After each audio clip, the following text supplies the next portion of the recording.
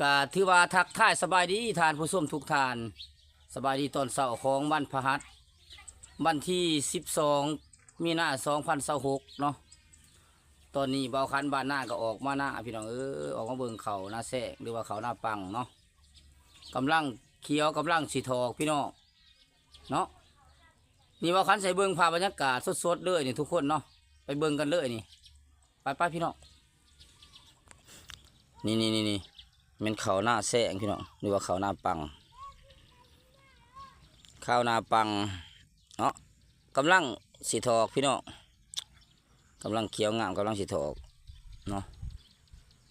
นี่เป็นหน้าเบาคันเดินเบิ่งภาพบรรยากาศสดๆนี่ทุกคนยามเสาร์เนาะทางหน้าก็เป็นภูเขาพี่น้องเอ้ยเนาะบรรยากาศสดๆเราคันมาให้เบิ่งให้สุบเด้อทุกคนเด้อเนาะ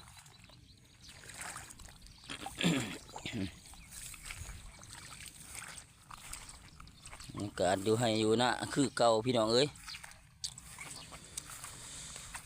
บร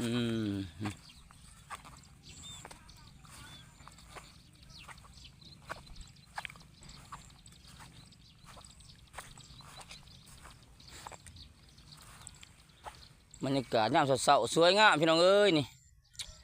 เนาะที่ว่าขอขอบอกขอบใจทุกท่านเด้อที่ให้เกียรติติดตามรับชมเนาะขอให้ทุกคนจงมีแต่ความสุขความเจริญขอขอบใจ